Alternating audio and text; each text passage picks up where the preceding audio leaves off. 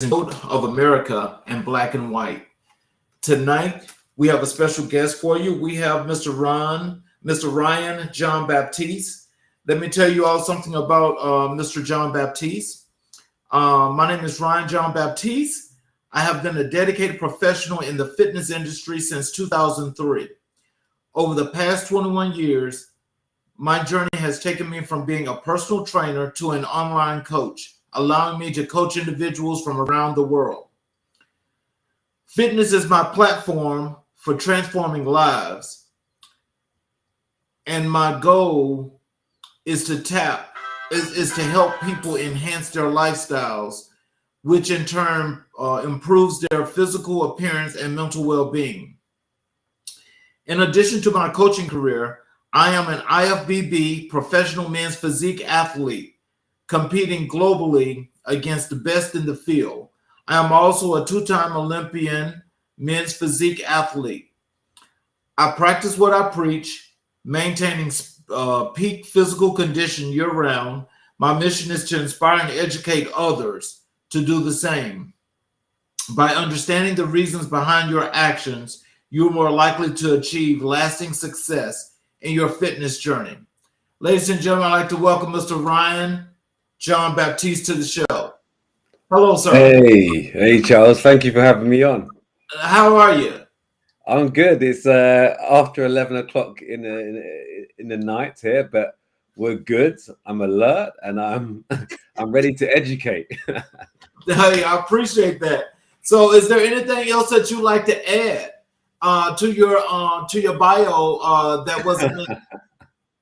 Well, I'm a family man. I've got 4 kids, a wife, and I'm 40 years of age. So I would say I'm of age. I'm getting there.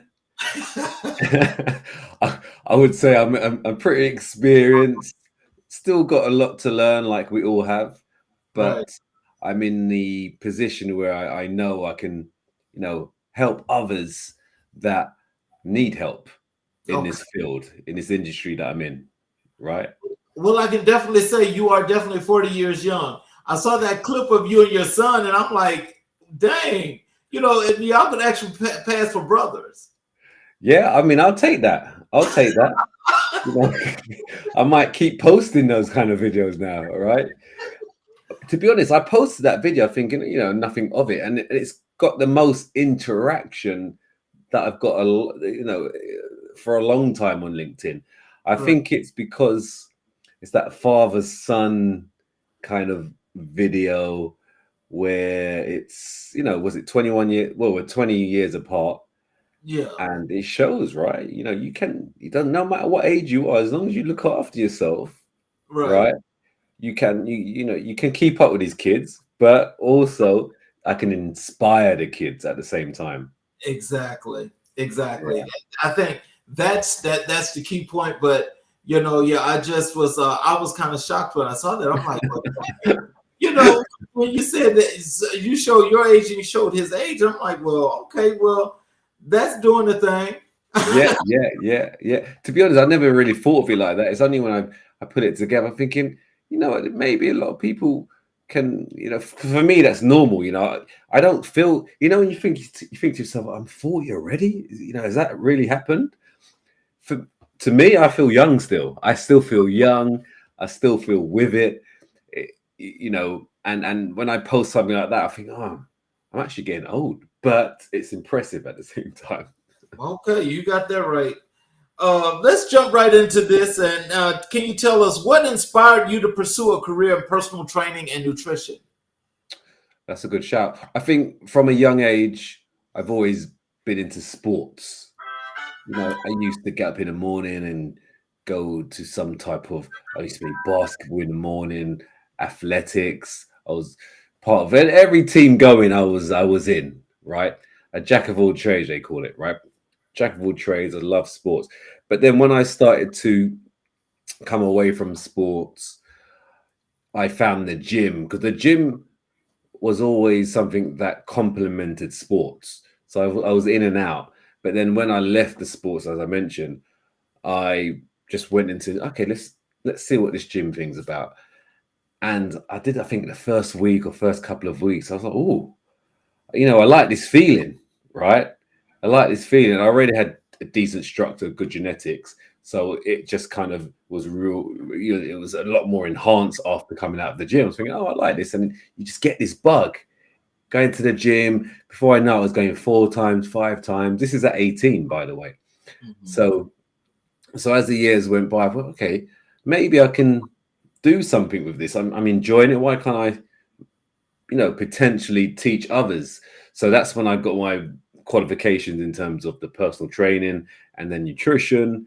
And then I did 2 years on the floor. When I mean on the floor, I mean that's where you learn your trade, when you're training people in person. In London, central London, high flying clients, you would train them and then, try and give them as much advice as possible. And I did that for 2 years. I thought, right, this is quite rewarding. This is quite rewarding. And then that's where it kind of began. That's where it began. And then it just kept progressing from there. I'm not sure if you want me to go into that now, but it just kept, progressing. And then I had a little bit of a gap where I was training people in person. Mm-hmm. Then I actually went into a prison, and for 10 years, right, where I train young offenders. Okay, so I train young offenders, took them to the gym, took them to get out their cell and actually play football, basketball, and so forth. Took them to the gym as well. So I did that for about a 10-year gap, right, and then I went online after that. Okay. Yeah. Oh, wow. So how do you tailor your fitness programs to individual clients, to their needs and goals? How do you do that? So something like this, I would sit down. For me personally, the closer you can get to someone, the better, right? Right. So in terms of online, the closest that I can get is for like a video call like this. So we'd have a talk, kind of just get to know that person. So I like to get to know that person, what their life is like. Have they got a family? A partner, a wife, whatever it is. Have they got kids? How many kids have they got? What they do for work? How active is that job? And just anything in between. I like to just find out a little bit more about that person, and then, what's the reasoning behind why they want to achieve that goal? Because the thing is, some people want it, but how much do they really want it? Are they emotionally attached to it? Because you can want something, but that want might not be enough for you to do. So for me personally, I need to tap into that and kind of find that burning desire of why that person wants to do this, So I like to get to know that person, but also get to know the reason and why they want to achieve this goal. If it's just for a holiday, sometimes it's not strong enough, right? Sometimes it's not strong enough. So I would sit down with that person and then find out a lot about them, and then devise something which will work around that person. So let's say, your days are really busy, you're booked out, you've got appointments, morning, afternoon, evening. Maybe you can't get to the gym, right? Maybe it's something that you got a few little resistant bands behind you and some dumbbells, that's sitting there gathering dust. Maybe we can do 20 minutes of doing something 3 times a week, right? And then making sure we look at what you're eating. So I like to work around that person. Not everyone can go to the gym 3 days a week, 4 days a week, 5 days a week, right? Right. Some people can. So we'll devise a program for the gym. So, and again, it does depend on the goal. If someone like yourself or someone else wanted to build muscle or lose body fat, then I would pay more attention to food if they want to lose body fat, because food is really important when you're trying to lose body fat, right? A little bit more important than building muscle, because you can go to the gym and push hard, a lot of weights and do that, but kind of be a little bit lenient with the food. But with losing body fat, you need to be, a little bit more diligent with the food side of things. Yeah. So is this where you when you were talking about from the mental perspective, it's like it has to be in here as to what the goal is and if it's going to be accomplished. Exactly. I mean, there's going to be days where you don't feel like doing anything, Yeah, I know them. right? So you need to think back to what's the reason. Why is it that you want to get to? What was the reason why we got on the call in the first place? Right. You know, you have to remind yourself sometimes of Mm, that, because what will happen? You just go into this circle where you just cycle back. You'll circle back to, right, I need to do it again, and then it's just again and again. We don't want that. It mhm, might be little steps. mhm. You might come back 2 steps, but then you still go back. You still go forward 3 steps.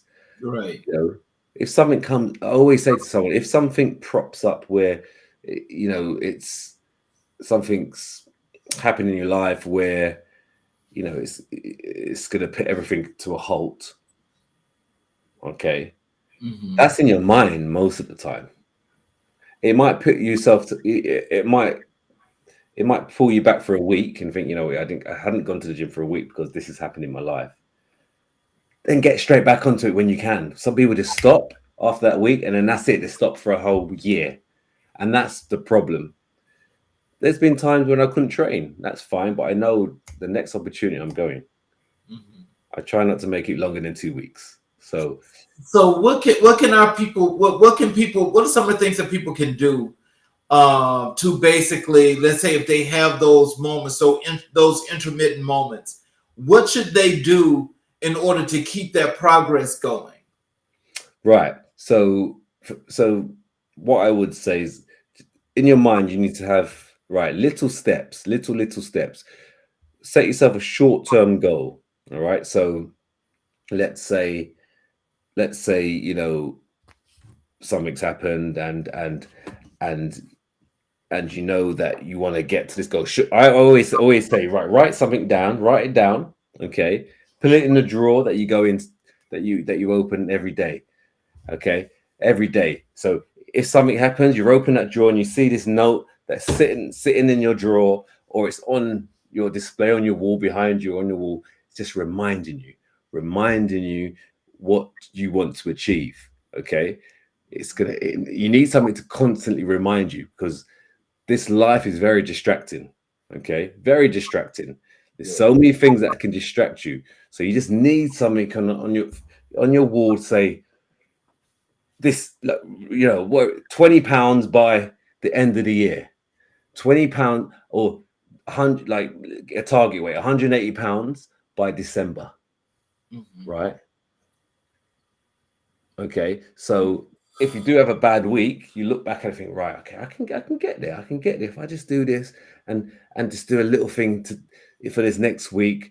I can make a small little step towards that. So it might be a pound. You might go back half a pound, but as long as you're in that right direction, Mhm. because things never go up like this, okay, or go down like this. It's never in straight lines. It's this, you know. It's this. Same with business and your job. It's never it's never just one way, straight. It's going to be like that. And that's the same thing with the fitness journey. Even myself, I sometimes have periods where I'm demotivated, right? Mhm. Yes, I might go backwards, but I know, because I've created a habit, I know I'm gonna get back onto it real quick. So Right. you have to do this. You have to create a habit.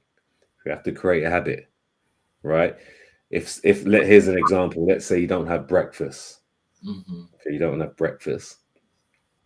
Well, the plan is to have breakfast 7 days a week, right? Yeah. But you miss a couple days. Okay. If you can get 2 days out of 7, that's better than zero, right? Right. Okay, and if you did 2 days for the next 6 to 8 weeks, that's still better than zero. Yes. Then if you can get to 3, that's now we're making progress, Mhm. right? Something is better than nothing. Yes. And this, I always say this, people, something is better than nothing. And even that little something is still creating a habit. It's still creating something. Right. right? Still creating something. So it's just little, like I said, little steps, little steps, little steps. A lot of people make a mistake where it's all or nothing. It's not. And I see this a lot, right? It's all or nothing. It's either I do it or I don't. It's either one or the other. What about that little middle ground, right? Right. Because all or nothing's not good. Because what happens? What happens when you go all? You put all your energy into it, and then you start to kind of take your attention away from other things in life, like work, and you start to forget other things because you got all in. And then let's say your work is starting to take a hit. You feel, oh man, this is too much now. This exercising regime is too much. I need to kind of pull back. And then you go back here, and then you're all of this way, and you left that over there. So sometimes you just, even if you just start off slowly, a lot of people go in too quick. Oh, start off really slowly. Don't go crazy. Going from 0 to 1 is fine. You don't have to go from 0 to 100. Right. And a lot of people think they need to do that because they're in a rush. They want to get there quickly. Right. Right. So sometimes 0 to 1 to 2 to 3. And then let's say you got to 100, let's say you got to 100 by doing 1, 2, 3, 4. So you got there steadily. So it doesn't really feel like it's all, because you've made it. You've got there a lot slower. You're right. Got used to it. Right. So take your time. There's no rush. There's no rush. Think long term. Could you share an example of a client success story that you're particularly proud of? Oh wow. Okay. Got quite. Let me think. I like the life changing one. So I've got several. So one that's on my top of my head was a guy. I actually train his brother now, but he was a younger brother, and I can't remember the weight, but he lost quite a lot of weight. He's a dad. So when I train people, I can relate to people that are dads as well. There's a dad, and he just let himself go, right? Let himself go. I think he lost like 12 pounds or something like that. Not a crazy amount, but it's how it made him feel. He Right. felt like more like a man, right? Right. More like a man. He's from the States as well, and he's like, right, man, this just changed my life. He's like, this has changed my life. I feel so much better. I've got a bit more muscle on me, a bit more tone. I remember he saying to me, I know how there's a testimonial on my page of him, actually, a video of this conversation. And he was like, I know what you mean now. When you feel good about yourself, everything else is just, everything's up 20%, everything in life. If you don't feel good about yourself, that's when you can have mental breakdowns, and some people get depressed, right? So I always say, if you can get the physical sorted out first, the mental will follow. A lot of people say, right, you need to get your mental right first, and no. If you get your physical first, the mental will follow. Okay. And this is why I try and push. Because if you look in the mirror and you like what you see, or you're seeing progress, guess what that's going to do? There's only one thing that's going to do. It's going to motivate you. It's going to motivate you to not just yourself, but you're going to feel better, a bit more confident. You're going to carry yourself with a bit more oomph. Yeah. In your work, in your meetings, when you're meeting people, when you're talking to clients. Right. This is what I'm always saying. So even me now, when I've had periods where I've let myself go a bit because things have happened, right? But I was still doing my thing, but I wasn't how I am now. I'm a different person. People don't realize the person they're in until they start to change. Wow. And that just comes with being active. Right. So how do you stay updated with the latest trends and research in nutrition and fitness? Well, I think I do like to scroll a little bit. Mhm. on social media. And when you scroll, you get random stuff as well, but you do come across certain trends and stuff. But for me personally, I'm quite old school, Okay. right? So when they try and bring all these new school stuff, I'm like, right, literally, if you go to the gym and you train hard, and you put the work in, and you eat foods that have been around for years, Hmm. you're on the right path. Right. Okay, you're on the right path. When it comes, as I've got older, though, I have learned a little bit more about what we've kind of mentioned in terms of mindset. I've learned a little bit about that, but I think that's more through life experience and talking to others around my age. Okay. So I think I've learned a lot from that sense rather than reading articles and stuff. I think the life experience has helped. Having kids, having a family, dealing with all that and work, you kind of learn on the job, Hmm. right? Hmm. And then that experience that I'm going through, I can pass that on and create my own ideas as well. You Right. know, yeah, yeah. So, what's your approach to motivating clients who struggle with consistency? Good question. That's a good question. For me, that does depend on the person, the individual. Hmm. Some things, and that's why I like to talk, because I get to know that person. So the longer, the more I get to know that person, the longer I'm with that person, I can see what they need, Right. right? So that is down to the individual. First of all, someone. I mean, I've there's quite a few different ways. What I've done in the past. Quite a few different things I've done. Where I said, look, listen, if you don't get yourself into order, if you don't start getting yourself down in the gym, we're not talking. We're just not going to talk, right? Wow. Okay. Oh, That's wow. that just depends on the person. So I knew that would kind of trigger that change. Right. Um, Another person would be, right, listen, I'm here. I want to help you. Okay, I want to help you, but first of all, you do need to help yourself, Right. right? At the moment you're pre-diabetic. Do you want to continue to? Do you want to be diabetic type 2? Is that something that you want to happen? Because it's going to happen, Hmm. right? It's going to happen. Right. So if you want that to happen, carry on doing what you're doing right now. So it just depends, right? That can sometimes be enough just to give them a reminder. It Right. might be a case where I'm messaging that person every morning. I message them every morning and say, look, remember, this is what you got to do today. I'm waiting to see, because when they're on my program, on the one-to-one program, when they complete the workout with entering everything in, I get notified Hmm. when that person's complete that workout. Okay. I mean, you could cheat if you wanted to, and just enter the stuff and pretend that you've done it. But then when it comes to check-in day, we can see, Right. right? We can see if the work's been done or not, Mhm. right? Through photos and especially photos. Right.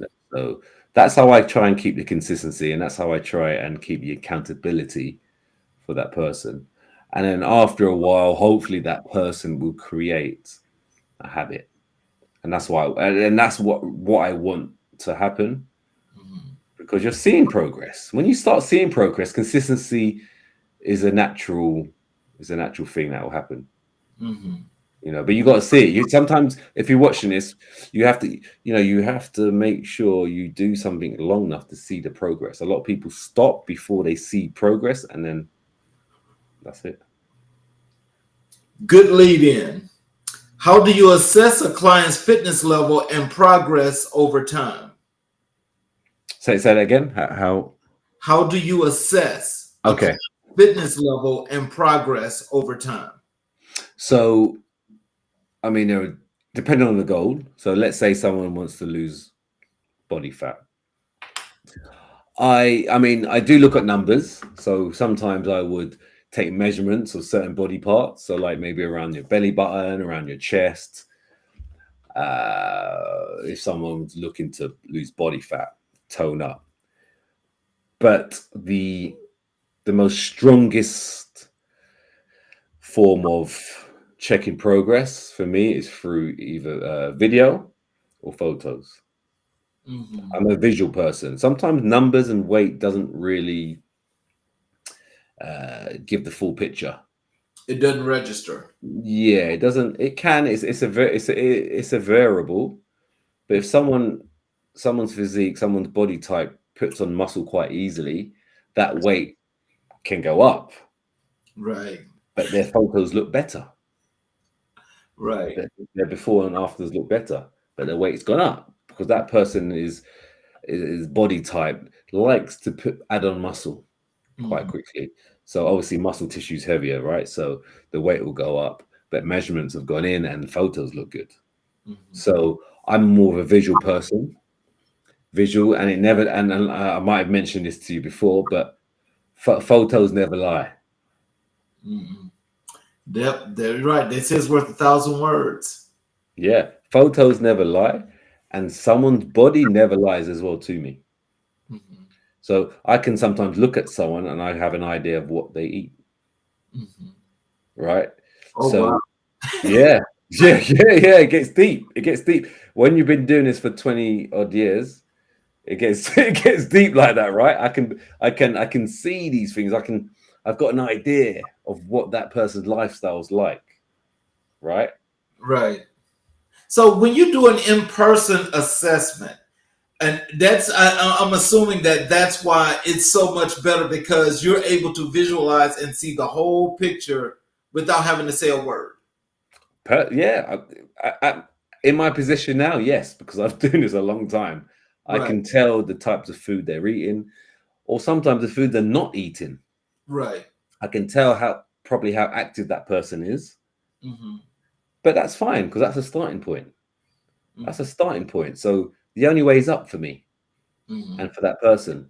The only way is up. That's fine. The good thing about this is that the body is able to change. Hmm. So we can reverse what we've done in the past. That's fine. Right. And for me personally, it's a lot more rewarding because I can help someone. Because this fitness thing is easy-ish for me because I've been doing it for years. It might not be easy for someone else, but I'm willing to help that person get to that point where they can feel better about themselves. Like it's so powerful. It's so powerful, you know. In your opinion, what role does nutrition play in achieving fitness goals compared to exercises? So I kind of mentioned this before. So if you're looking to lose body fat, the food is very, very. Someone could lose a lot of body fat from just changing the way they eat, Hmm. changing the types of food they are eating, Hmm. maybe doing less processed to more organic or real food. Hmm. Okay, so in terms of losing body fat, yes, you can just food is for me a little bit more important than the activity because you can do it without the activity, Hmm. right?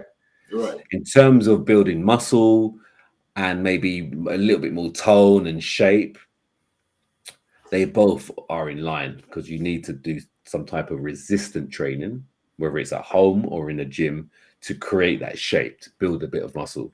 But then you also, on top of that, you need the food to kind of correlate with that. But those are kind of together when you're looking to build muscle. But losing body fat, you can just do it through nutrition.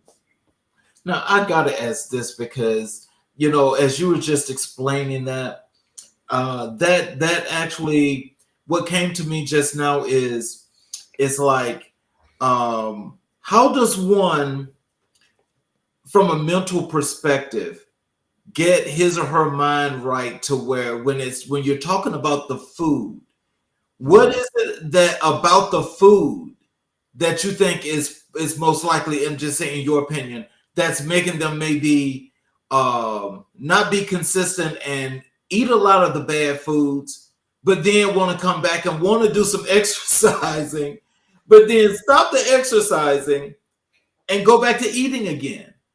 Because listen, bad food tastes good and training takes effort. Okay. So those two together is why a lot of people are in a bad situation. Okay. It's easy to say no, I'm not going to train because it's hard work, man. But going and sit down and eating a whole bag of chips or crisp, wherever you're coming from, if you're from America, it's chips. It's Right. quite easy to do, right? Feet up, watch the NFL, NBA, and eat a whole packet. It's easy. Right. It's easy. And the brain, like, when it gets used to sugar and all that kind of stuff, it just wants more of it. It's very addictive. Mm-hmm. So it's a pandemic, right? And it's very addictive. So, and it's easy. It's easy to say no to training, and it's easy to eat that stuff. Okay. How do you handle clients with dietary restrictions or specific health concerns? So, for me, it's all about communication. So, what is it that you can eat, and what is it you can't eat? Normally, I know a lot of the health conditions like IBS, and someone with type 2 diabetic, and so I kind of know that just from experience. But the first protocol I kind of ask is, what kind of foods can you eat? Mm-hmm. And then we work around that. And what foods are you eating? Mm-hmm. Because normally it's not the stuff that they should be eating. So we kind of try and remove it, but I still like to integrate it because I'm coming from more of a lifestyle perspective. I don't like to be too restrictive for that person, Right. but we just got to do things slowly. It's like coming off smoking. When someone's coming off smoking, they have to kind of dwindle it down, right? Mm-hmm. Or alcohol. I'm not too clued up in that, but I'm guessing they have to kind of come off it slowly. It's the same. It's the same thing with food. So yes, we need to improve it for your needs in terms of what you can and can't eat. But if I still would include it a little bit, but then take it out after a while, right? So yeah, so many conditions that I do come across. Sometimes I might have to do a bit of research because sometimes you just need to remind yourself. But typically, when you look at all the foods that someone should have, it's normally healthy food. All these all these sicknesses and diseases. If you Google them, it's normally the same list of foods for all of them that you should be eating. Mm-hmm. Typically, Yeah, and you're right. that's it says a lot. It Mm-hmm. says a lot. Someone's got type 2 diabetes. I have a look at that list. It's probably the same for someone that has gout, Mm-hmm. right? Mm-hmm. And all the numerous other 1,000 conditions that are out there. You look at what they recommend you eat, it's a list of the same foods. Mm-hmm. So this is not rocket science, but what it is, it's finding a way to manage yourself. Because it's all managing. Because if you like pizza, that's fine. But you also can't eat pizza all the time. So you have to be able to manage it and come up with some kind of formula to help yourself. And that's what I help with. So let's say over a 7-day period, I like to say, right, okay, these first 5 days, I'm going to want you to kind of be a little bit more diligent what you're eating, be a little bit more careful. I allow you a couple of days to kind of be a little bit more flexible. That's an example, but that's something that is okay to do. But what people do is they spread out all the bad stuff throughout the whole week. You're not giving your body a chance to change. Right. Right. There's no chance because you keep throwing it in. Give yourself a chance. Can you describe your typical process for designing a personalized meal plan? What's that first bit? My process. Can you describe your typical process for Okay. designing a personalized meal plan? Yeah, so kind of what I mentioned before. So I would ask, what is it that you eat currently? Mm-hmm. Okay. And then ask them, I like to talk to the person like, how often do you reckon you can eat per day? Mm-hmm. Most people say 3 times. Okay, that's fine. Mm-hmm. Okay, what happens after? I mean, they say 3, but I'm sure there's snacks in there as well. Right. So there's always a time for snacks, right? So Right. I try and kind of I look at that as well and think of alternative snacks that you can have that taste just as good. Because we've got to remember, as humans, we like the taste of things. Our taste registers with the brain, and that's what gets us in trouble. So it's about finding alternatives as much as you can to kind of throw that in as well. So, you know, I'll definitely fit it in within their work schedule.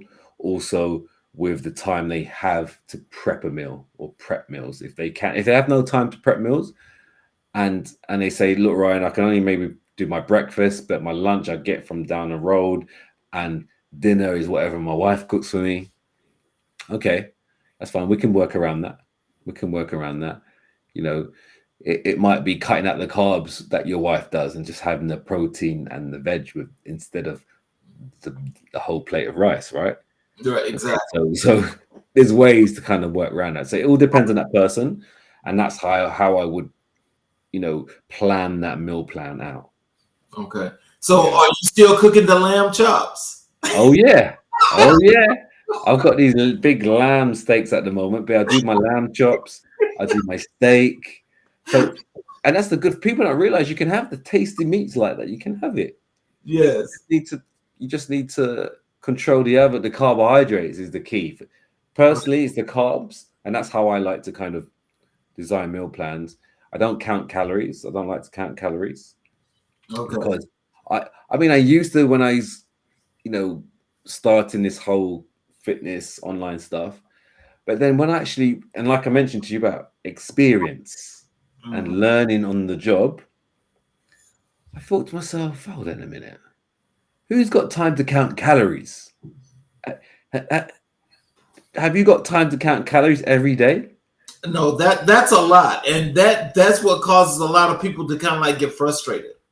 Right, because it's very long-winded, and you get frustrated, and then you stop, and then once you stop counting calories, you just think, yeah, this is long. I can't do this anymore because Right. it's too hard to kind of stay up to date with everything that's happening. How much calories do I need? How much calories should be having if I train here? It just gets too confusing and too many people, with different ideas. So for me personally, if you're watching this now, forget about the calories. Forget about it. Just look at your plate. All right. Most of us know what we should be eating, right?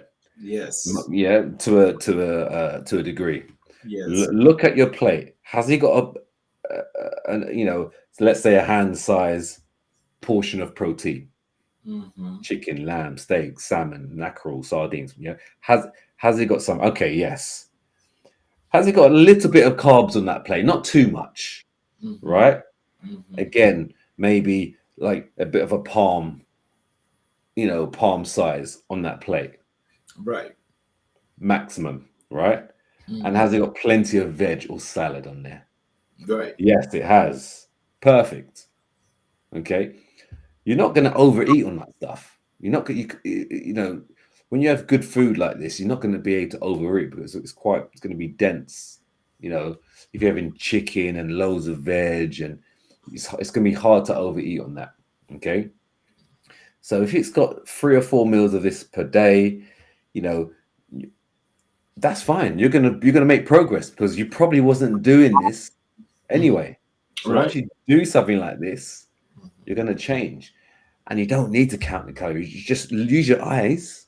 Right. Okay, I mean, back in the day, who was counting calories? Like I'm talking about, like Nobody.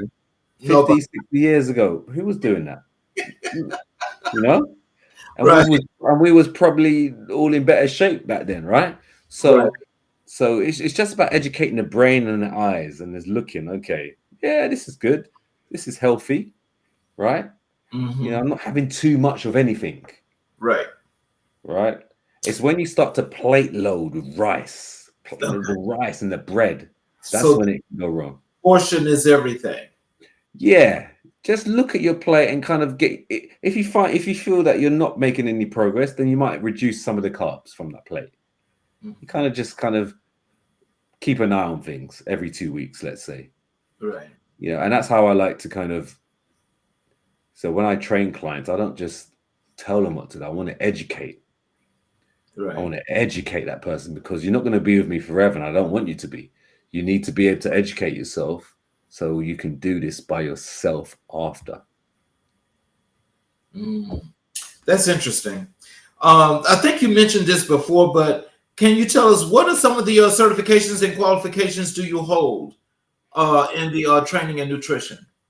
So yeah, so I've got my level. So when I first started, I've got numerous actually. So I mean, so I've got all my personal training and fitness instruction. I've got exercise to music. I've got all the nutrition that comes with the personal training as well. I've got certain awards with weightlifting in terms of they call it BALA, British Amateur Weightlifting Association. So I don't even know, like you see like the weightlifters that snatch the bar up at the Olympics and all that. So I've got all those qualifications. I've got numerous different sports as well. And yeah, so it's and to be honest, all the qualifications, I like when I think about it now, even those qualifications, even when I completed those qualifications, I know more now than when I passed those Oh, wow. those those qualification, those awards, because there's nothing better than life experience. Well, yeah, Seriously. that's the evolution, though. I mean, that's a good thing. And that shows then apparently that in being a part of your craft and in your industry, that you it's to the point that you're able to do this in your sleep, is what it sounds like. Yeah, yeah. I mean, I dream this stuff as well, right? So yeah, you could do this in your. I can do this in my sleep because if someone does something for 23 years, Mhm. right? Anything, if you do anything for 23 years, you're going to be a master at it. I still like to learn. I do still like to learn because you stay interested. You've got to still stay active. So I like to learn different aspects of fitness. So sometimes the other day I read a book about sleep, Mhm. right? And that's not a topic that I've kind of, looked into. But when I read about it, I'm thinking, wow, this is powerful as well. And this can obviously help Yes. improve the fitness side. I think when I first talked to you, I think I was telling you I was having that issue because Right. because of work, and I'm working like up to 1 and 2, 3 o'clock in the morning sometimes. Well, basically not sometimes, but a All the whole time. and not getting the proper sleep.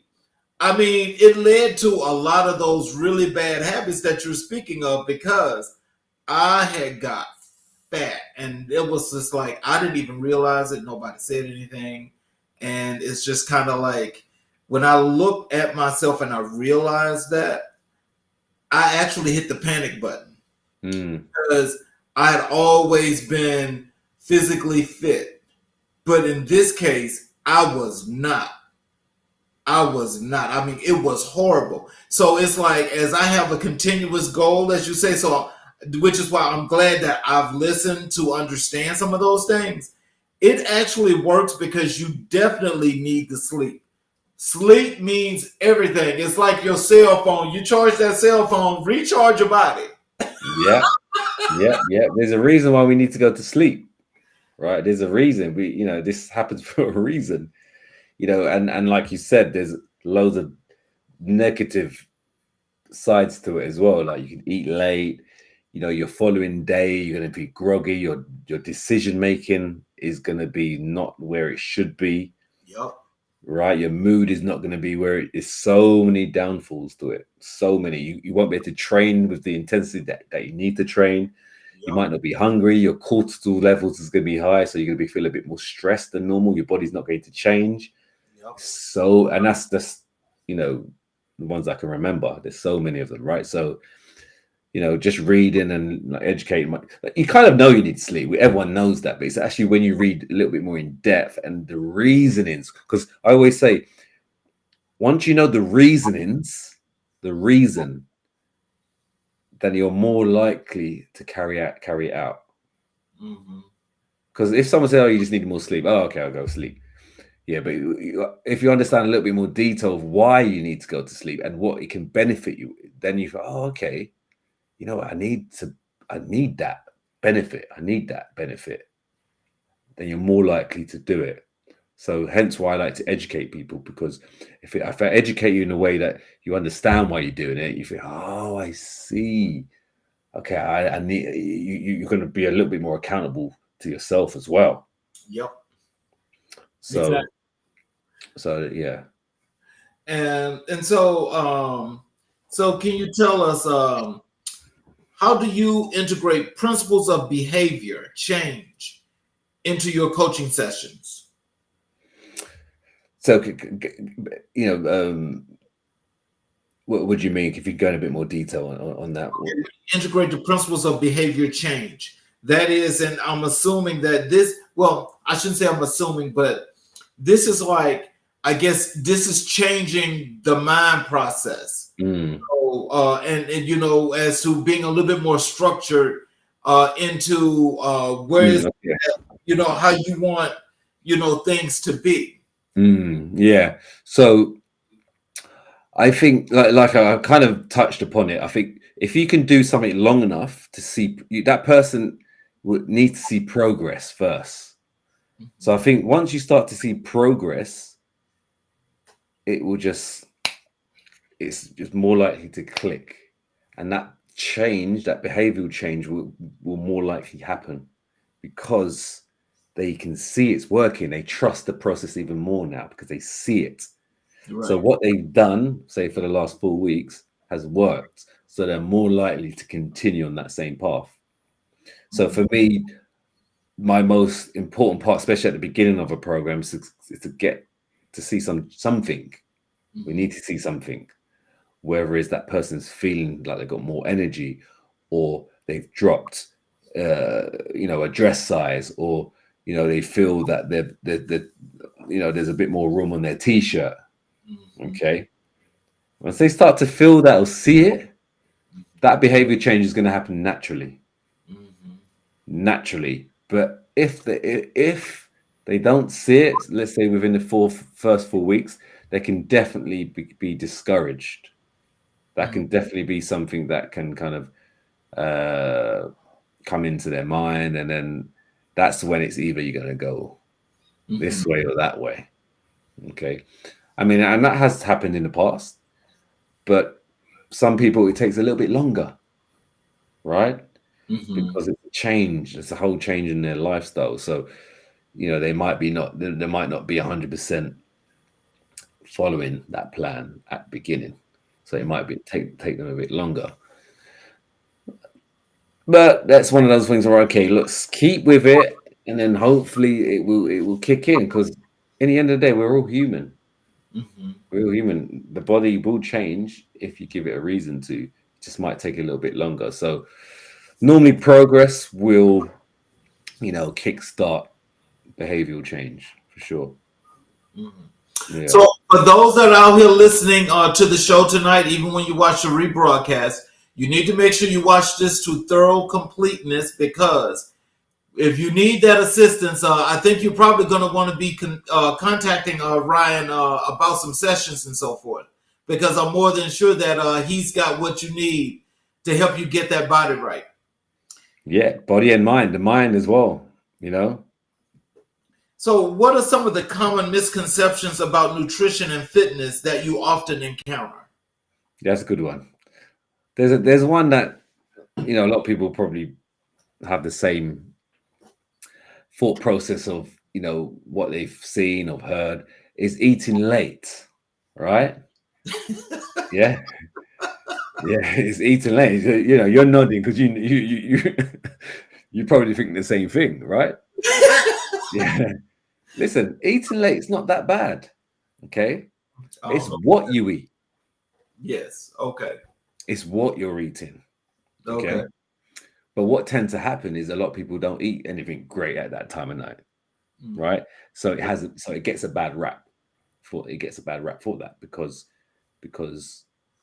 you're going to have a chocolate bar, you're going to have some chips, or you're going to have something that's not great, that's easy to, and normally it's something that's easy to hand, it's something that's not that great, right? Get out of the cupboard. And that's where it gets the bad rap. But if you was to have a protein shake or some eggs or something that is better for you, Mhm. right? That's low in carbs. I Mhm. tend to kind of recommend something that's more protein, low, like hardly any carbs. It's fine. It's fine, right? Let's say you train at 8 p.m. at night, Mhm. right, in the evening, and then Okay. you eat at 10 p.m. Mm. That's fine. Your body's going to use that energy anyway. You just trained. Oh, well, see now, I'm gonna tell you. Now, this is one thing that I found to be when you mentioned that. Now, the part that I find to be good about that is you say you always want to fuel up before you work out. Yeah, some kind of fuel. Yeah. And so um I actually in my reprogress thing, Mm. I was trying to do that without putting anything on my stomach to eat. I was like, I thought I was gonna pass out. Yeah, I was going to say, how did that go? Pass out. And so, this is me trying to do it first thing in the morning. So then I went and I was doing it in the evenings, but of course I would eat before I do that.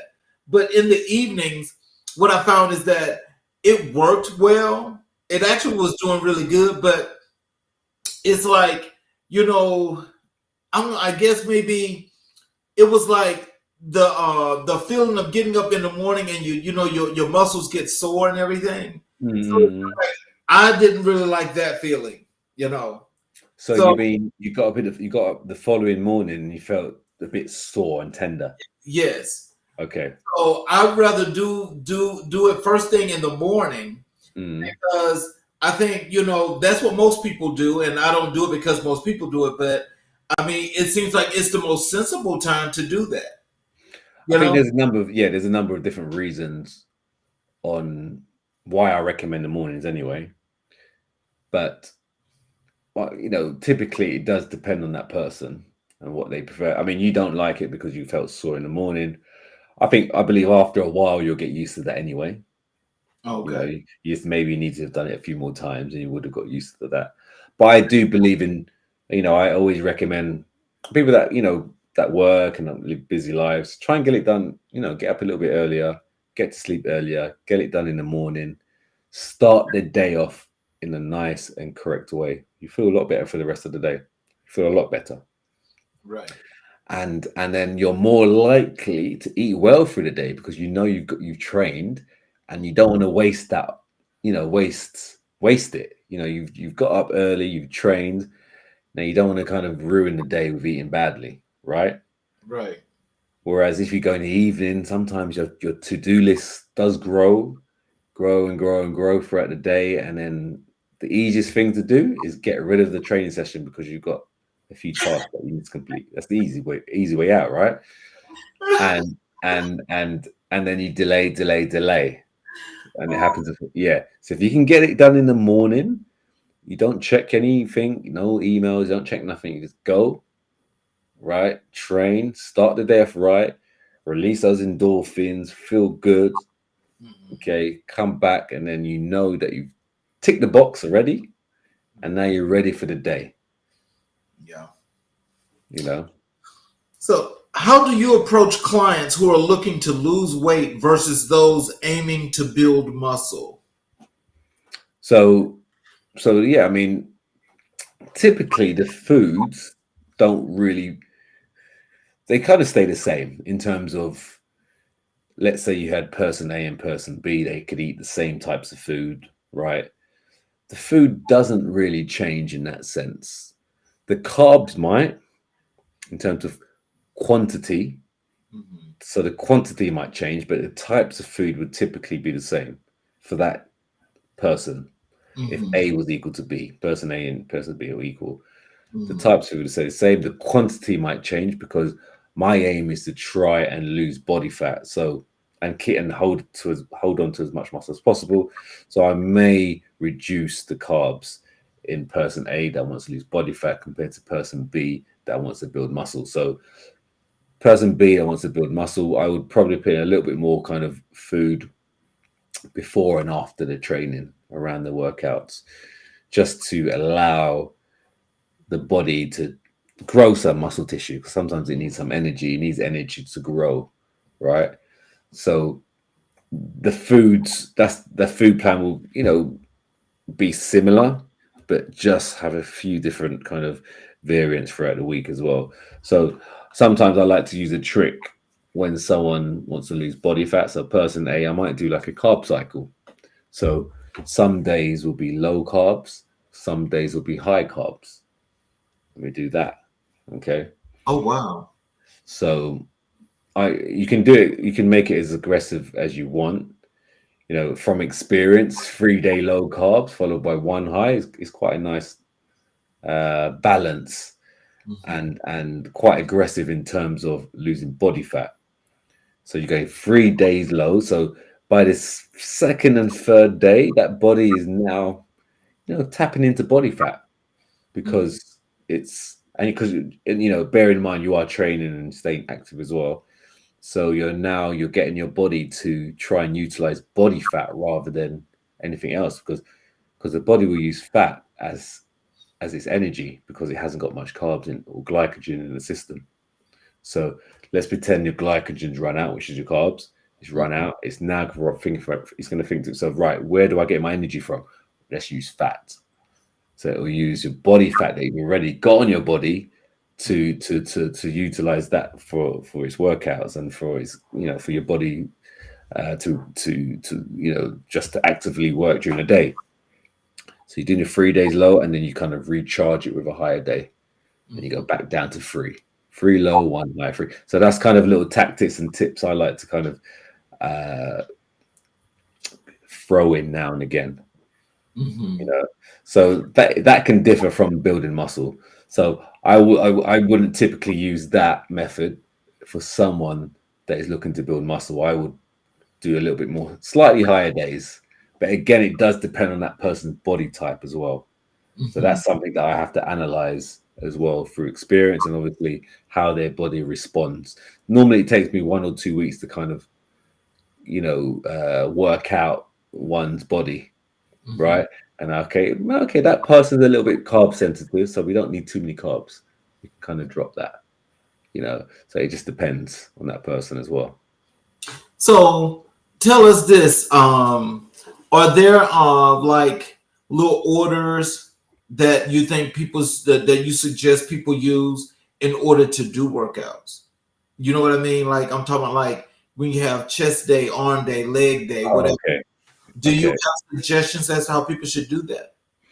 Yeah, no, that's a good point. And again, this is very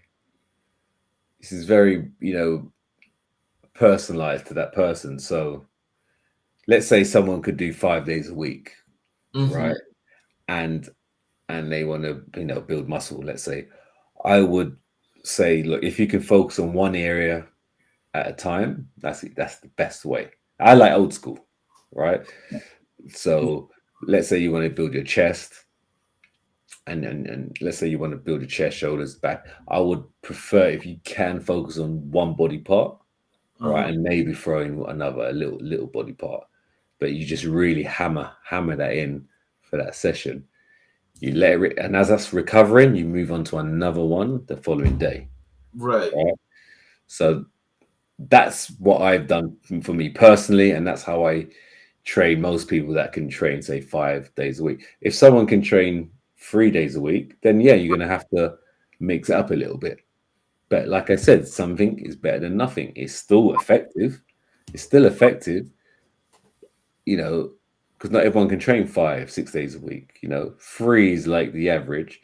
So that's fine. We can just do your lower body, legs in one day. You can maybe add some cardio on that day, and do like a push day where you're doing your chest and your shoulders together, maybe a little bit of arms, and then do a back day and some arms. And so that's your 3 session with some cardio, right? It just depends on that person. Oof. Okay, because you're right. That is old school. Because when I was in the military, that's how we used to do it.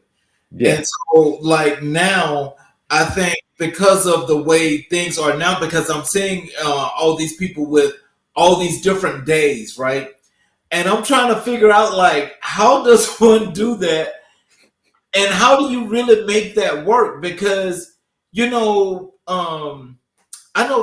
when you say 5 days, that sounds like that's a lot of time. That's a lot of gym time. Mm. So, like the way you were talking about before, like it used to always be you do your chest, you do your arms, you do shoulders and back, you do all that in one day. Mm. Then Mm. you come back, you do legs and abs, you do that in one day, you know. And so I'm just trying to understand, like, what do you think is the method for all these different days and just targeting one area per day? So what's the question? I'm trying to understand. Tell Yeah. me, what is the method or what is the meaning for doing one area for all those different days? Okay, because let's say I'm gonna do my back. Okay, so back is quite a big muscle group, quite Yes, big, and there's a lot of sections to it. right. Okay, so from a bodybuilding kind of perspective, let's say there's a lot of movements that I can do to improve my back. Mm-hmm. Okay, and again, it's quite a big muscle group. So if I also do my back and my legs, that's a lot of muscle that I'm doing. If I'm going to try and train that to not to failure, but if I'm going to really hone in on it and work really hard, that's going to be a little bit too much. Okay, so Okay. I just want to do back. If I do my back and my shoulders and my arms, yeah, I mean, I can still potentially do that. I That's a can lot of still, yeah, it's a lot of work. So, and if I want to do it properly, I just want to spend 45 minutes or to an hour on that back, and that's it. If I can, if I have that ability and I have the time, then I'll do it that way. But if I can't, that's fine. Like I said, something is better than nothing. You know, you can add a bit of shoulders with that. You might not get the best workout on the shoulders because you're restricted for time because you've used some of that time on back. But if I could, it'd be just back because I can hit it from all these different angles. I can get a really good workout on it, and then I have 6 to 7 days before I hit it again. right, Right? right, So because I've hit it so hard, right. I can let it recover for the following week and hit it hard again. Oh, Right? oh wow. Okay. Because again, we don't grow in the gym; we grow out of the gym. Right? So yeah, but not a lot of people have that time to do that, and most people haven't. So you know, doing 3 exercises on the back followed by 2 shoulder exercises, that's fine as well, right? That's fine because you wasn't doing that before. So now you're doing that, you're going to make progress. Okay, You that know, makes sense. That makes sense. um, if you like you said 5 days a week, that's only five. How many days in how many hours in a week? Ooh. Let's see if it's 24 hours a day. 24 times 7 is, let me see. That's 168 hours. Right. So if you want to go to the gym or be active 5 days a week, let's say an hour, yeah, that's 5 hours out of 160, whatever it was, hours. 168. 168. Is that and obviously 8 of that, 8 every day you're probably sleeping. But even so, 5 hours a week, maybe 20 minutes to the gym and 20 minutes back, tops. You Okay. know, can is that something? Is that sounds like excuses to me, right? Well, travel time don't count. So I'm think about travel time. I mean, But because I'm going to pick travel timing because people will use that as an excuse. So I'm putting that in. But listen, 5 hours, okay, that's fine. Maybe 4 hours. Okay. I always say 4 hours is a sweet spot. Four days a week is a sweet spot. It's not 3, it's not 5, it's 4. It's in between. It's doable.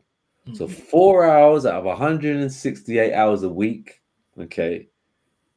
I mean, come on, right? Uh, how much do we want this, guys? How much do you want to improve your life? How long do you want to live a nice life? Because we're all going to die at some point, right? But it's about the standard of your living, you know, your posture when you get older. right. Our bones get brittle when we get older. We Yep. lose as a man, we lose our testosterone. It drops, Yes. right? Yes. Resistant training and eating well will help maintain as high as we can, Ooh. right? Yes. Yes, sir. I mean, how long do you want to be a man for? Oh, So I'm dropping bombs right now, right? But this is serious. This is it's no joke. It's no joke because you get to 60, 65. If you haven't been doing resistance training, just going to be you're going to drop, right? right, right. It's going to be hard for you to get out of your chair. It's going to be hard for you to sit down in your chair. And that's what I mean. Oh, Sometimes I go to places and I see this happening. I see the man going out this chair and it takes him ages to get up. And then when he sits down, he's like this. yeah. Yeah. Because Plop. has no control. So yes, we're doing this for how you look, but also we're doing it not to get to that point as well. You don't want that. Quality Right, of life. You want quality of life. right. Right? So Mhm. if you can spare 4 hours out of 168 hours a week, yeah, that's all you need. And I'm saying 4 hours. You don't even need to be in the gym for an hour. You can be in the gym for 30 minutes and still Right, do it. Right? right. So let's say 2 hours, right? If if you're hitting it hard. So listen, it's for me. Most of the times, it's excuses, and my job is to try and remove those excuses and make it as easy as possible for that person. That's what I like to do. Make things as easy as possible. Well, I want to tell you, I appreciate that consultation you did with me because Yeah. it, it take me some time. I mean, I try to just use my time wisely, Hmm. and so I'm trying to. I'm actually almost back at that point where I could go back to where I used to be, where I can really get that real serious workout in. But I go and I take my time and I do it. And so I want Exactly. to thank you for that consultation because Yeah. I definitely needed that uplifting and motivation. I got to tell you Yeah. because And even this conversation here, I'm sure it's obviously helped you again to kind of, we all exactly, sometimes need a bit of a tap on the shoulder. Okay. yes, exactly, And even me talking about it helps me as well. Right. So it can help everyone. Sometimes we just need a bit of a community, right. and that's why I kind of like to kind of build as well as a community. I have a group as well where there's a group because although I do my one-to-one stuff, I also have a group. Okay, So there's people that are in a group that are in the same on that same path and that same boat, and we right. meet every Sunday. Everyone's got an individual meal plan. We follow the same workouts, and we're just that same boat, same community. So yeah. Well, I want to thank you for doing that because that's definitely building community right there. Yes. And it's Yes. things that's needed, and a lot of people. Yeah.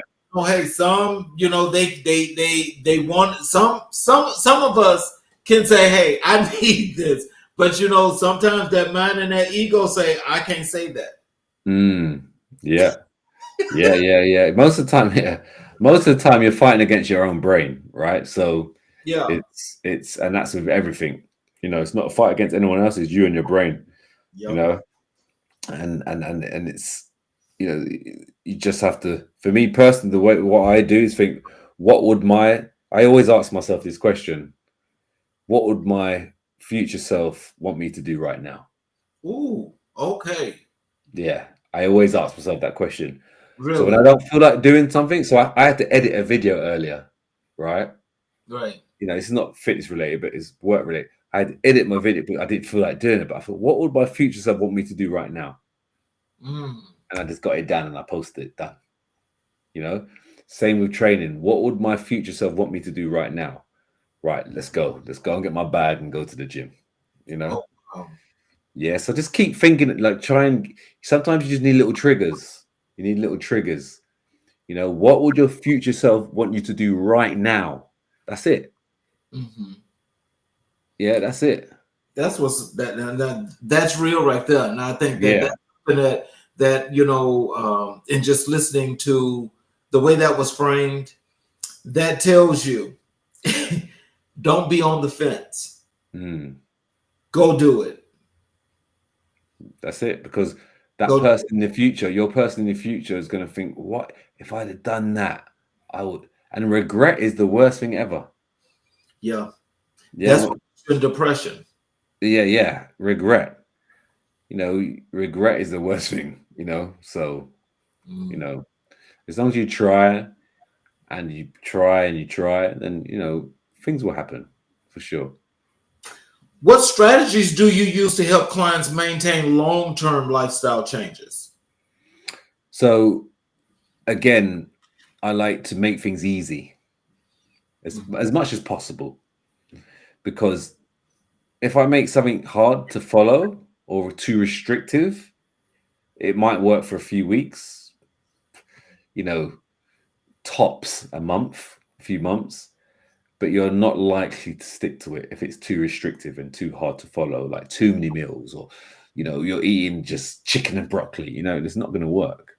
Right. So for the long term, I like to make sure the plan is put in a way, whether it's the training or the food, that is quite easy to maintain and sustain, and make it sustainable to follow. Because yes, you might not make an aggressive, it might not be an aggressive approach, as in you like lose loads of weight quickly, like really quickly. It's more of a long-term thing, and you'll get from A to Z at some point, but you're going to get there. Okay, so it's a long-term look, but you're going to make progress because it's easy to follow and it's sustainable. It's not too restrictive. As long as it's not, because you need that chocolate now and again. I have chocolate. I have cookies. I have all that. Okay.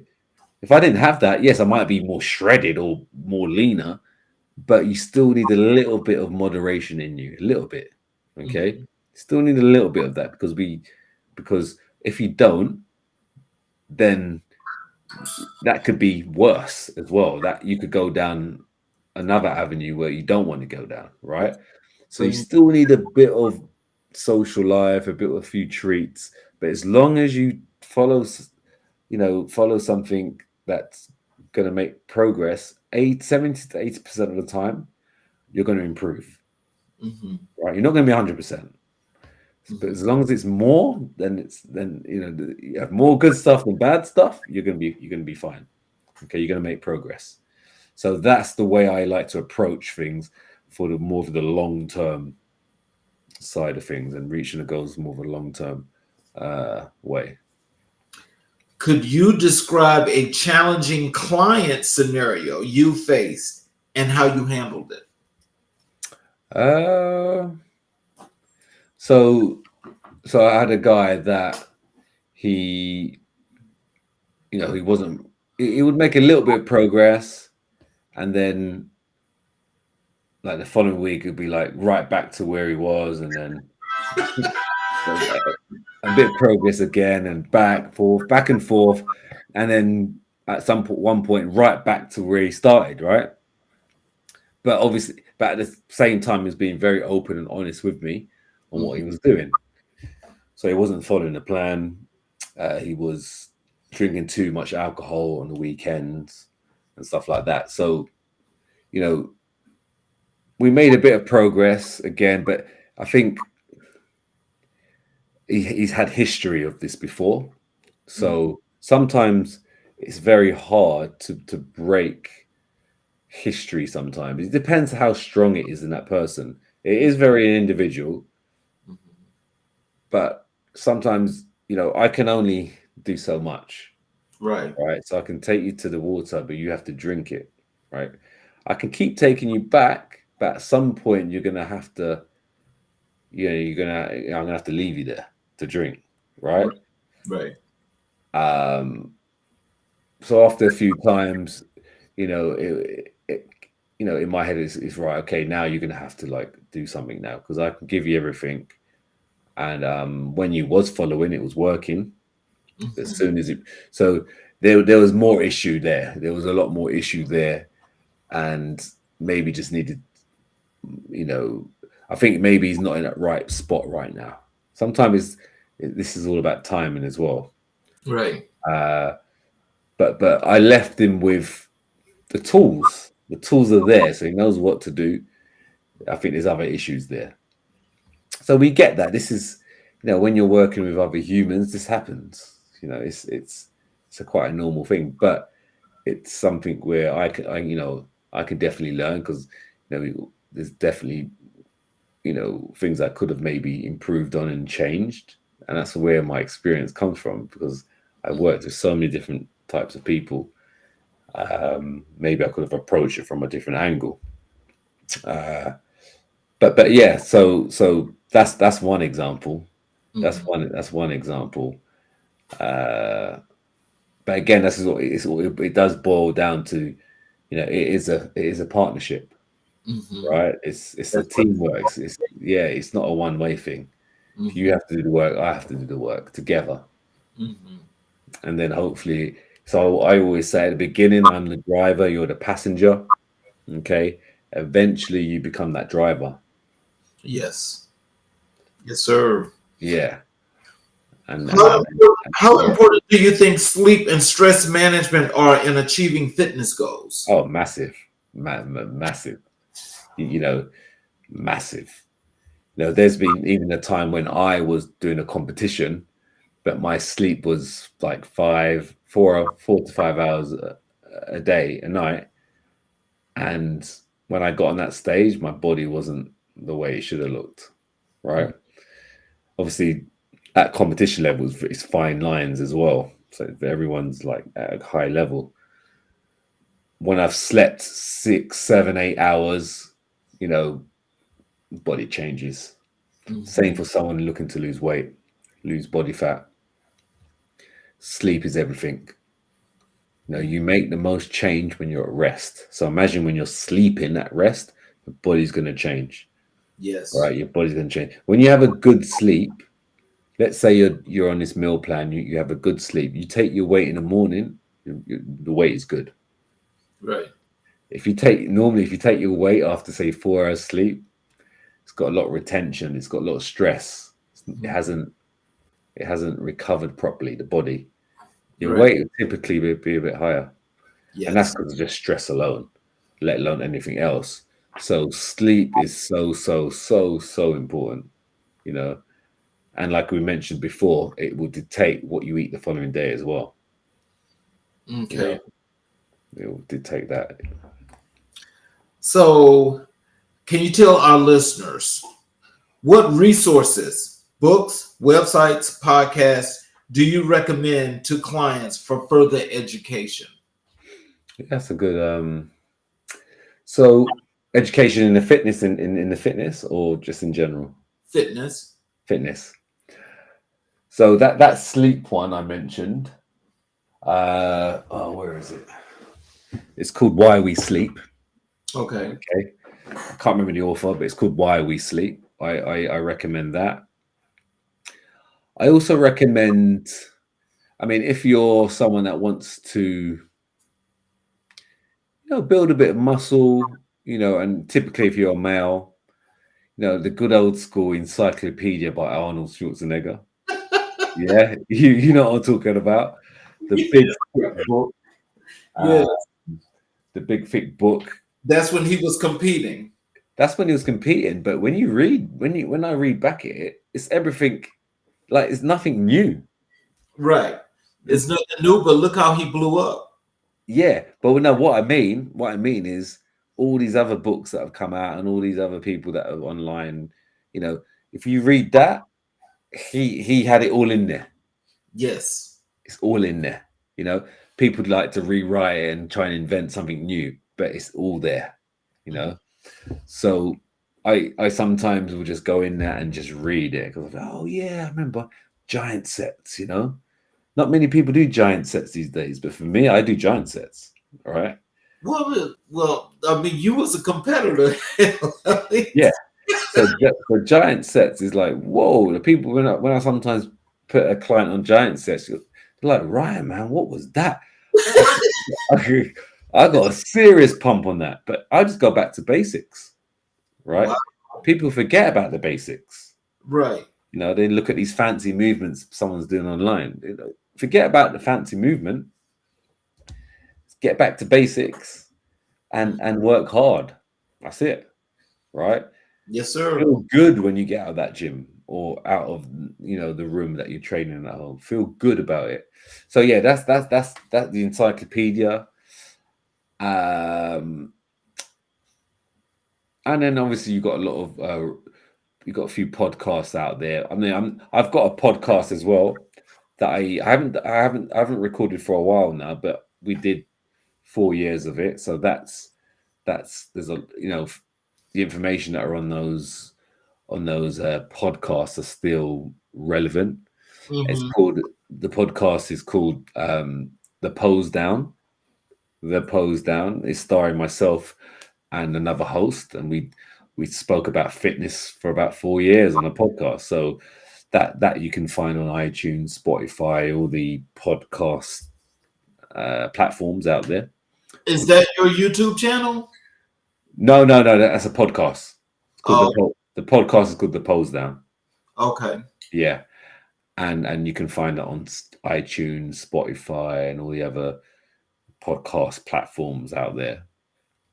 So yeah, I mean those are the two main ones, and like I said, mainly like the books that I read typically is more about mindset and like business, at the moment. But because, like I said, I've been in this industry a long time now, and I kind of learn on the job, and I practice what I preach, right? So I know Right. it works. So I know it works. Yeah. How do you monitor and adjust training programs based on client feedback and progress? Yeah. So so if I'm doing a one-to-one program with someone, let's say every 2 weeks, we would sit on a Zoom call typically, and we'll go through their workouts. So when a client is working with me, I get them to type in exactly what they're lifting throughout the session, Mhm. right? So basically the client's taken note of everything that they're doing in the gym. So then when I review some of their workouts, I have a look through it and think, okay, maybe you could have pushed a little bit more on that workout and so forth. So I kind of look at that. And then obviously I look at their photos. I get feedback from yourself as well. And how what was your energy like? How much water did you consume and so forth. So I review it in that sense. And then from that, let's say you're not making any progress, let's say, then I may change your output on your workouts. So you Okay. might do a little bit more, or we look at your food. If that person hasn't got much time, any more time to commit, Right. then I would look at the food and make changes to that, right? And Oh, that could be maybe adding some carb cycling in, as I mentioned earlier. It could be taking out a certain food, putting in another type of food. It could be changing the quantities of what you're eating, right? okay. And and maybe some people miss meals because they haven't got the time to have that meal, and that could affect. So we'll have to look at that and make changes to the meal plan in general. So, what do you find most rewarding about your work as a personal trainer and nutritionist? When I see someone's life, when I see it affect their life, Mm. I've had people, say to me, "Look, Ryan, like it's the best thing." But like even recently, a guy he came on board like 8 weeks ago, and he's like, "Ryan, this is fantastic. I mean, I wish I found you earlier." Right? He's from LinkedIn as well. Like, I wish I found you earlier. Mhm. This is amazing. You changed the way I feel. Like when I hear that, I'm like, well, as humans, I think this is what we're meant to do. We're meant to help other humans, right? In general, Right. right? Right. Because that's what makes the world. That's what makes the world stay alive, right? Well, that's all of us that's got a moral compass. Yes, yes, exactly, right. But so when you look at basics, we're meant to help other people. Right. From right, when you strip things away, when you strip everything away, we're meant to help other people because that's what makes the world go around. So Exactly. so when I see and when I get that kind of feedback, it's all worth it. It's all worth it. Especially if you're making someone feel better about themselves. Like, you know, so yeah. How do you ensure ethical standards and professionalism in your practice? So in terms of what I'm doing, Yes. yeah. So for me, I mean, so would you mean like when I'm designing programs, or Just the interaction and the work between you and your clients. oh, okay. So for me, it's a business relationship, right? Mhm. And like I mentioned to you before, it's teamwork. So there's obviously you got boundaries anyway. You have boundaries, but for me, I'm here to help you, okay, accomplish something. Mhm. Okay. Yes, I do like to. I do like to have a relationship in terms of it's good to be able to get along with that person because that helps. Yes. Okay, Yes. that definitely helps, and I feel that if you can, because some of my clients that I've had became friends, Right. right? Became friends. Like I've had a guy that I trained from Italy. Like when I first started, he was one of my first clients and became friends. You Right. know, went to his vineyard in Italy, in Sardinia, Hmm. and became friends. So if you can get to close to those terms, it really does help because you both respect each other and you don't want to waste each other's time, and you're more likely to listen to that person because you trust that person, Hmm. right? So that helps. So I do like to get to that kind of point if I can. If not, that's fine, as long as we can ethically get to that goal that that person Hmm. wants to achieve. So, can you explain the difference between a dietitian and a nutritionist? um to be honest about they are the same. They are the same near enough. um in the end of the day, I mean, a dietitian is more likely to give you a meal plan, you know specify meal plan. Nutritionist will kind of give you the same thing, but would probably give you more of a a generalized, okay, this is what you should be eating. Okay, this is what you should be eating, and this is the this is the kind of quantity that you should be having. So they're near enough the same thing. It's like saying a doctor, a doctor at a certain, it's like saying a doctor, a GP, a general practitioner, and a doctor for I don't know, for a certain part of the body. It's near enough the same, but they're kind of delivering uh delivering something to that person. They're near Right. enough the same. Yeah, they're near enough the same. What are your thoughts on supplementation in conjunction with a balanced diet? That is Yes, supplement. yes. I mean, supplements is. Can you hear me? Yes, I hear you. Oh, it's a bit of feedback. So with supplements, it's the word. It says it in the word supplementation. Supplement. So it's a supplement to food. Hmm. So food will always be first, but supplement are there to supplement your food. So it can definitely help, especially in the form of protein. So it's hard to sometimes get to let's say, I want you to get 200 grams of protein. It sometimes can be hard for someone to do that through food alone. So throwing in a couple protein shakes is fine now and again, to kind of try and get you to that number. Hmm. Uh,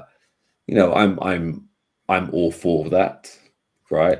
But Hmm. not relying on supplements. Hmm. Don't rely on that. It's there to supplement your food. Mm. Well, because now let me just tell you, because I had to calm myself down, and not that I was like on supplements, whatever have you, but I used to find myself doing a protein shake every day at midday. Okay. When I did that, because of the protein and all that stuff that's in it, I wanted to make sure that that I would at least, especially when I didn't have time to actually make a meal, I would supplement that as a meal. but not that anything happened, but I start reading all these things about about the protein powder, and it's killing your liver and your kidneys, and it's making you sick and all that kind of stuff. And I'm like, well, I don't feel like that. But I Mm, kind of like gradually got away from that because of okay. what I read. And so is there any truth to that? Well, there's so much research out there. It's quite hard to to kind of know what's true and what's not true, right? But I mean, I wouldn't replace it for a meal personally, but I Mhm. would add it to say a post workout Okay, uh okay. shake. So First it's not off, like a meal. It's just like to get the protein in a lot quicker than a meal. It's just so okay. what I would sometimes recommend is have a shake straight after a session, and then about an hour later have your meal, something along those lines. Okay. Right. If you're having it for breakfast, then I would give an option typically, whether it's a shake with some oats or eggs, and maybe some oats or eggs and a toast or something. So I'll give it as an option, just so you can kind of choose which one you want for that given day. I Hmm. wouldn't say have it all every day though. I would say just jump in between here and there. But yeah, I mean, having it at midday every day. I mean, I wouldn't have that instead of a meal. I would still have a meal, right? So, Okay. in terms of replacing it, I wouldn't have done that. But having one a day, there doesn't seem to be any adverse effects. I mean, there's so many. You can Google that, and if you're going to Google that, you're going to get that, Right. right? The search term that you put in Google, wouldn't have helped your the search results. Right. You would have put in what are the side effects of whey protein, right, or something along those lines. Okay, Hmm. bad side effects. You're going to get all the bad side effects, right? Okay. If you whatever you type in Google, you're going to get. So if you put good side effects, then you're going to get all the good ones, right? So you know, if you look at the ingredients, if you look at the ingredients of the whey supplement, you'll see it'll say it'll normally say milk, or it'll say whey isolate, whey concentrate, and then you'll see all the other stuff, right? Right. Yes, all the other stuff can't be the best for you, right? Right. Compared to a steak or a chicken breast or a chicken thigh, it's just chicken, right? Right. So that would always beat that. Hence why I wouldn't replace it as a meal. I would still get the chicken in, as well as maybe a protein shake if you needed to top up your protein, Hmm. right? Okay. I- If you could eat enough protein so you didn't have it, then even better. Hmm. Yeah. Okay. And your final question. Mm. What advice would you give to someone considering a career in personal training and nutrition? I would say you're gonna need to love what you do. Like most things, you need to love what you do, because if it's something that you're looking to pursue, you're gonna want to do it forever or for a long time. Hmm. So because you're working with people all the time, you need to love what you do. Hmm. You need to love what you're given, and you need to love what the reward, the progress that you get someone to achieve. So if you can get yourself, if that's something that you're going to enjoy, then do it. Hmm. Right, then do it. But it's not easy either, right? So you need to you still need to understand that this is like any other kind of job in life. You still have to work at it. So you have to work at it. So if you enjoy it, it's going to be a lot easier, right? It's going to be a lot easier. And like I said about before about demotivation, we all get demotivated in one way. But if you enjoy it, it's easier to jump back into it Hmm. and get back on that bandwagon. Yes, sir. Yeah. So, in closing and in conclusion, what would you like to tell our audience, including how they can contact you and the services that you're offering? So listen, if I'm a person where I'm quite, and I'm approachable. Okay, so for me, if you are looking change. Like if you really want to change, like I've said before, I can take you to the water, but you need to drink it. If you really want to change and you're open to be helped, you're ready to be guided, then yes, you can contact me on LinkedIn, right? Or you can email me at coaching@ryanjohnbaptiste.com. I would say those are the best way. I mean, there are other forms and stuff I have, but if you want to contact me directly, you can do that through what I've just mentioned. You can message me on LinkedIn, or you can email me at coaching@ryanjohnbaptiste.com. And then we would book a call, and then we'd have that conversation, like I mentioned, because I feel that having a conversation, I can learn a bit about yourself, but also, it's sometimes good to talk to someone like me, because then you can see if we work well together, because it's about that team relationship that's needed, because you want to trust that person as well at the same time. So I always want to get on the call first. Yeah. Well, I recommend for those that are on that fence and they really need some assistance and want to talk to someone, I recommend that you actually take the time to speak with Mr. Baptiste, because I've done it myself.